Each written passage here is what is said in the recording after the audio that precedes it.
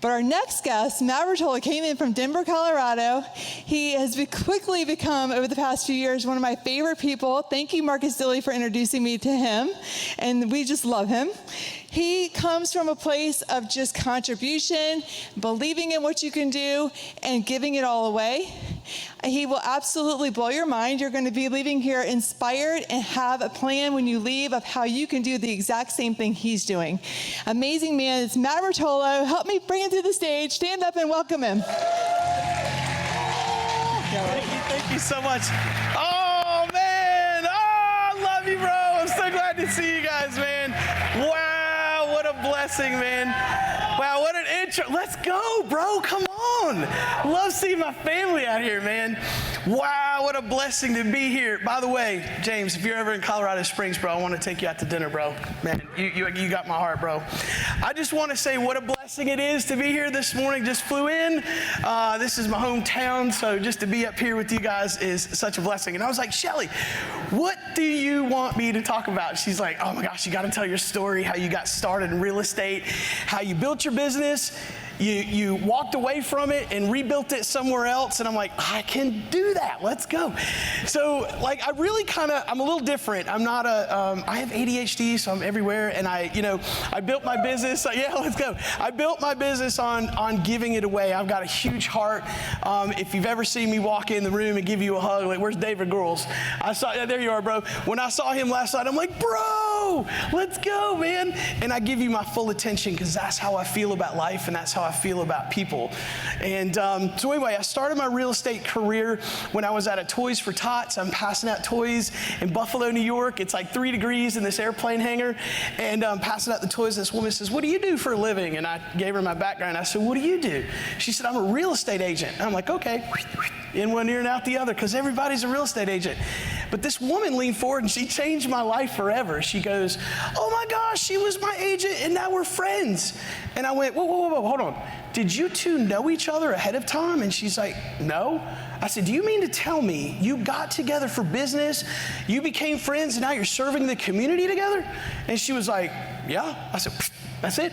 Yahtzee. I go over and I call my wife and I said, Shan, I feel like God just spoke life over me. I'm gonna tear up. I remember this moment like it was yesterday. I said, these two women just spoke into my life and I feel like I want to be a real estate agent. She goes, oh my God, you'll be amazing. You'll be unbelievable. I said, you were for this? She said, yes.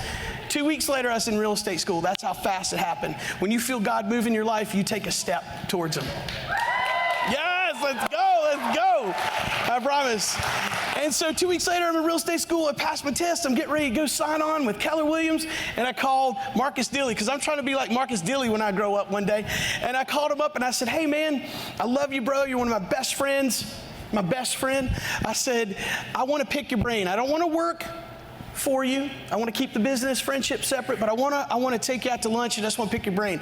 And so we had lunch and I left there and I said, God, my spirit. I said, man, I was supposed to be with this guy, but I'm scared to do that. I want to kind of go out on my own. So I left. The next day, I'm supposed to sign with Keller Williams that day. He calls me up and he says, hey man, can we go grab lunch? I said, yes. So we go grab lunch. He looks deep into my eyes across the table. And he said, hey man, I've been praying for you for 3 years. I said, what? You've been praying for me? He said, well, I didn't know it was you, but I've been praying for someone like you to take the business to the next level. I've done everything that I can on my own, but I need a partner in this. And I said, dude, I have nothing to offer you. And he said, I have nothing, I don't know what I'm talking about. I don't even know what I'm doing. He said, that's okay, you have the heart and I can't teach that. He said, I'll teach you the rest. Love you, bro. He said, I'll teach you the rest. And I said, man, it was the words that he said, I want you to work with me, not for me, that changed my life. So I get in real estate. I start working with Marcus Dilly. I'm like, this is going to be awesome, man. I'm going to be able to provide for my family in an amazing way. I'm going to make lots of money. 5 months later, I haven't sold one deal. It's like, Marcus, you sure I'm supposed to be doing this? But I was so excited to still be in real estate. I'm grinding every day. Somebody was up here earlier and said it took them 6 months to get the first thing going. Was that Kayla? They said it took 6 months? So I remember I'm so excited to be on this journey, though I'm still enjoying every day. I said, listen, I'm reading a story in the Bible, Cain and Abel, and I said, God, why did you like that one gift more? I know why, because it came from the heart. God, I want to give you my first fruits of whatever my career looks like. I'm going to give you my career, but I'm not going to give you 10%. I'm going to give you all of it. I'm going to give you 100%, whatever my first deal is. Right after that, I got a rental. And guys, I take rentals because they turn into client after client after client after client. I couldn't even tell you how many deals I've gotten from rentals. So I get a rental. Well, about a week later, I get a buyer, and I'm like, technically, God, the first fruits are the rental. Let's just make sure we're absolutely clear here, God. Just want to make sure we see eye to eye, God. And I said, no, you know what? I just don't feel good about that. I want to give it all away. And I looked at my wife and I said, listen, I want to give 100% away. I thought that woman was going to throat punch me. She was like, have you lost your mind? We are broke. We have no money in the bank. And I'm super stressed. And I said, that's okay, I'm going to pray over you tonight. Another chop to the throat right on that one. So I did. I prayed over that night. The next morning she wakes up and she says, you know what? No, I want to give it all away. I want to give every dollar away. So that's exactly what we did. We ended up giving every penny away. And then 10 days later, after we bundled up that big check, gave it all away, Marcus calls me and said, hey man, I'm busy. This woman, she called, she wants to buy a house, but we're closing on this particular house in 2 days. Can you help her? Just call her, see what you can do. I said, okay.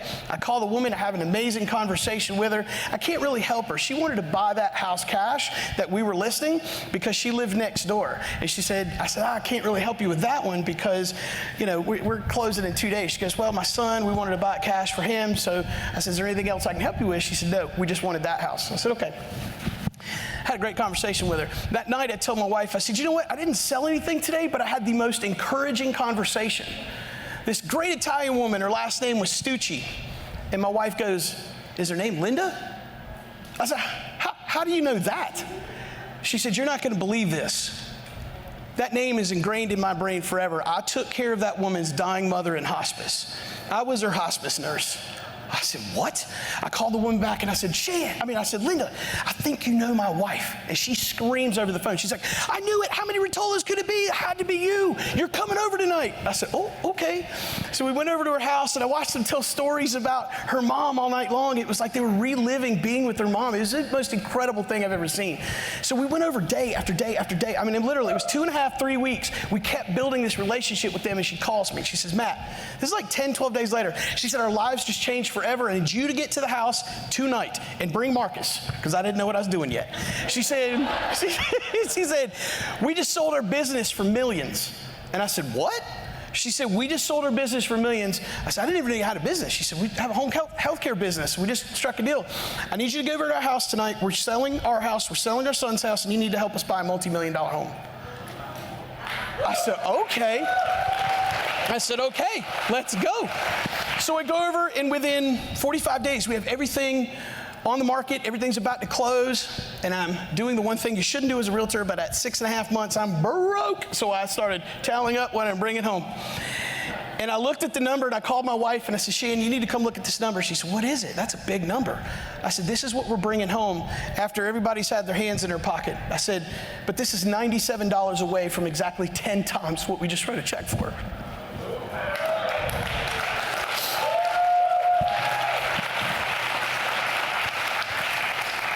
You cannot outgive God if you give with a joyful heart.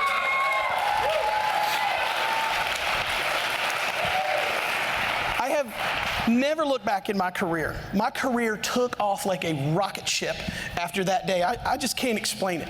I tripped and fell into commercial after this. A buddy of mine calls me and he says, hey, I need you to go get $500. I'm going to pay you $500. I need you to get a piece of land from this farmer, and he won't give it to us, and we're building a highway. And I was like, okay, yeah, sure, okay. I go get this deal done, and the farmer, when I went to the farmer's house, he greeted me at the door with a gun. He goes, I told you sons of bitches, I'm not selling you this land. I said, whoa, don't shoot the messenger. I called my buddy back. I said, listen, you just set me up, bro. That guy was greeting me at the door with a gun. He starts giggling, and he said, man, he did that to you too? I said, you sack of shit. I said, you knew that was gonna happen? I said, you've lost your mind. So I go out to the house and I meet the farmer, and I said, listen, I said, do not shoot the messenger. I said, but here's the reality. This land has been in your family for years. I know you're sensitive to it, and I'm empathetic to that. But here's the reality. The state's gonna take it. I'd love to see you keep it. We just need to grade it. I said, I see that you have cattle out there. And he said, I do. And I said, what do you got, about 100? He said, 200. I said, okay, how much is a cattle worth? He goes, about $1,800. I said, here's what's gonna happen. The water's gonna drain from the highway into that part of the land. Your fence posts are gonna get weak, and they're gonna fall down because the cows are gonna lean up on that fence post. I grew up on a dairy farm. I said, I'm telling you, I know what I'm talking about. And the guy froze, knew I knew what I was talking about, knew I was being empathetic to him, and he signed the paperwork to get that deal done. I went back to the developer and I said, here you go. And he goes, I cannot believe you got that done. We've been trying that for 6 months. I said, oh, okay. So he sent me out on another wild goose chase and another bunch of land I got, and I came back to him and he said, all right, man, now I want you to start developing for us. I want you to start building charter schools for us. I said, bro, whoa. Time out, man. I love you. I don't want to mess this up. This is above my head. He goes, no. I believe in you. You have proven to me that you will figure it out. No matter what that looks like. All the other agents we give it to, they think they know what they're talking about, but you have proven yourself and your ability. You are the guy. And I said, well, yeah, you want to work with me? That took my career in a whole nother direction. I do a ton of commercial real estate now because one person believed in me. If you believe in someone, it is more powerful than anything they can do for themselves.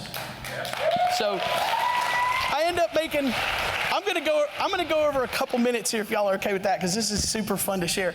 But anyway, I built this business. I'm on referral only. I'm doing nothing but referrals, no leads. I built this business, and then we got a calling on our life to move to Colorado. And I said, oh God, I'm not doing that. I said, because I am comfortable here, and comfortable really sucks. But I said, I'm comfortable. Well, God called us there. I knew it was happening. So now I had to take a business that I built from scratch, go plant it in another area, and start all over. How do you do that where you don't know a single person? Let's go. I did it. We did it. I ended up taking 3 months to learn about the area I was at. I didn't want to be totally brainless and not know what I was talking about. But then what I started doing is looking how I could make an impact in my community.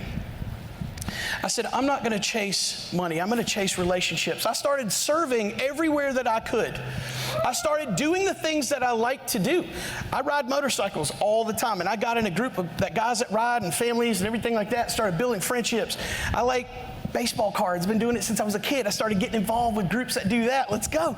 I ended up selling like 10 deals to that group of people that do shows and everything on the weekends for cards.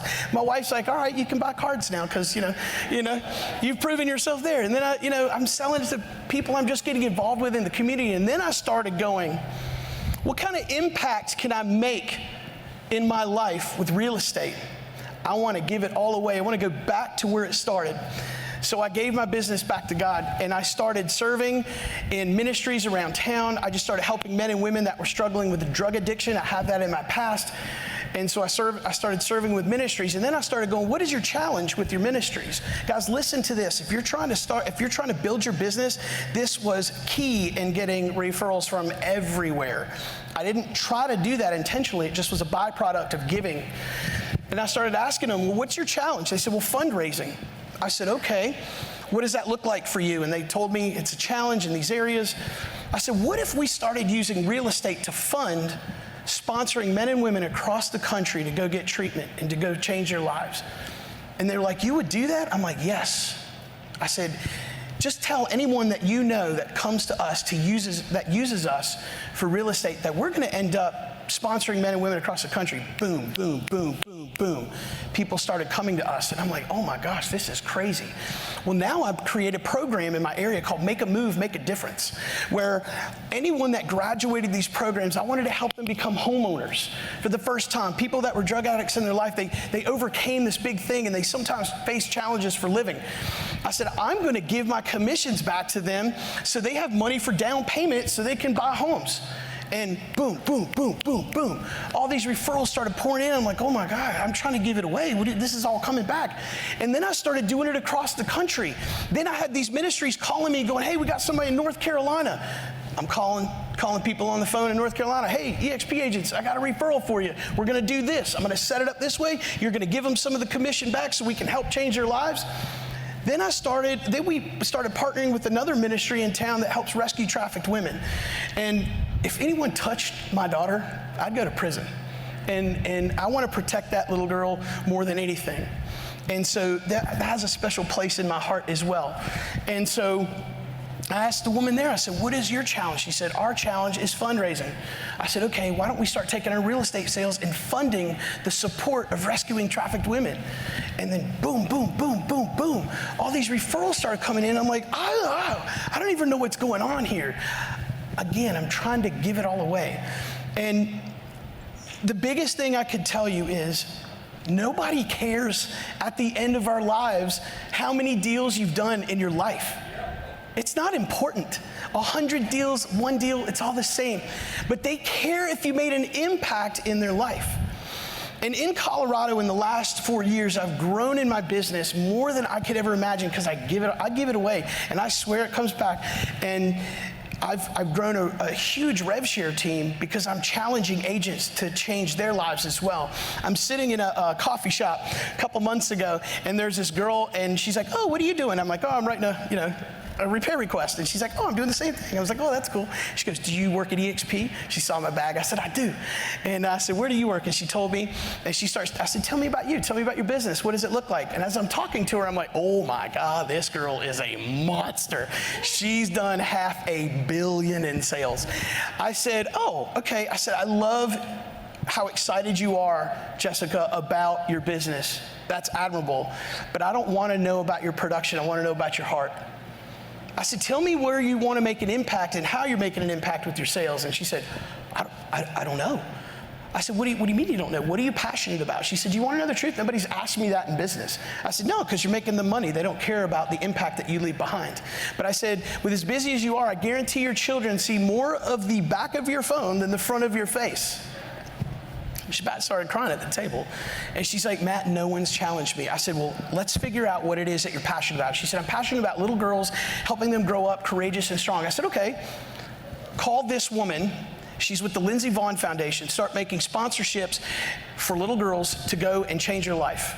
I said, that's how you're going to start, and there's another group that I'm going to connect you with, and this and this and this. And over the course of the year, we just kept connecting, and I kept encouraging her on how to make an impact in her life. And she called me a couple months ago, and she says, Matt, I'm making the move. I need to be continually encouraged in that way. It's making a difference in my life, my family's life, my kids. I want to set the example. I want to go make an impact. So she just came over, and